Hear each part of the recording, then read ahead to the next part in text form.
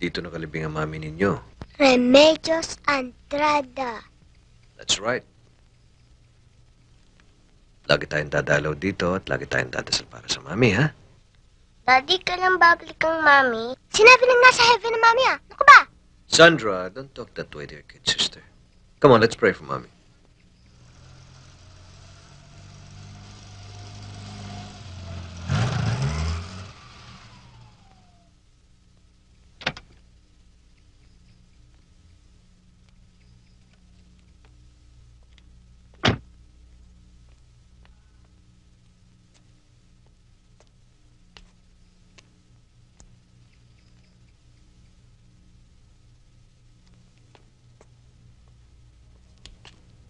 Christy?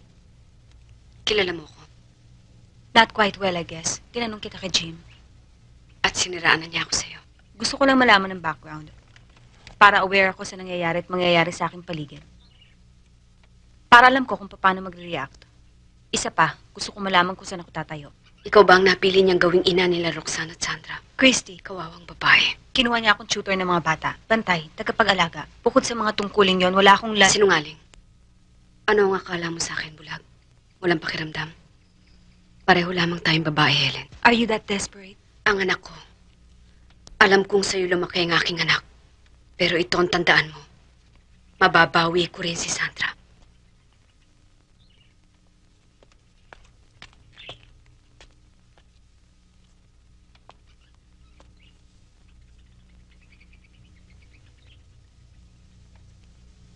Sandra.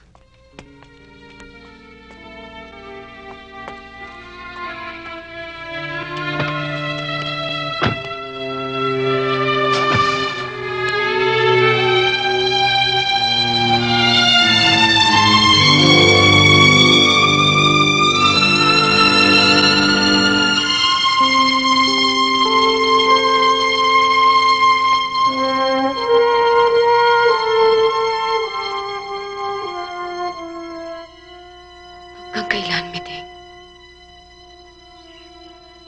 Patawarin mo na ako. Patahimikin mo na kami. Liwanagin mo na ang isipan ni Jim.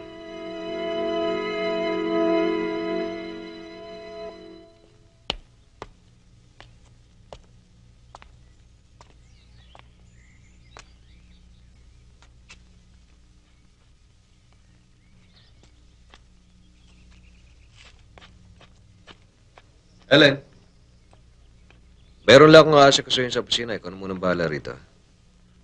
Siya nga pala. Kailan ba gusto mong umakyat ng Baguio? Bahala ka, Jim. It's about time I show you around. Diba usapan natin sa Amerika, sasama ka sa amin dito. Pero itutur kita. Nagbibiro lang ako. Sige. Siya nga pala. Huwag kang magkakamali magpapasok dito ng kahit na sinong tao. Lalong-lalo na Christy? Jim, one of these days, malalaman din ni Sandra ang buong katotohanan. Matatalino ang mga anak mo, lalo na si Sandra. Pag natapos na ang mga panahon ng fairy tales, pag tinanong ka ng anak mo, anong gagawin mo? Papayag ka bang masumbatan na yung mga anak? Jim, ginusto ba ni Christy na mamatay si Miding? Ikaw rin, Jim. Pero hindi lang si Christy nagkasala kay Miding. Ikaw rin, hindi ba? Dalawa kayo. Helen. Let's put it this way. You two were partners in crime. Walang dapat magparusa, walang dapat parusahan. Jim, maawa ka sa mga anak mo. Lalo na kay Sandra. Pinarurusahan mo rin ang mga bata. Marami na palang nasabi sa'yo ang babaeng yan. Wala, Jim. Nasabi ko lang ganito dahil ang iniisip ko ikaw. Baka makatulong ako sa'yo. Guguluhin ni Christy ang buhay mo.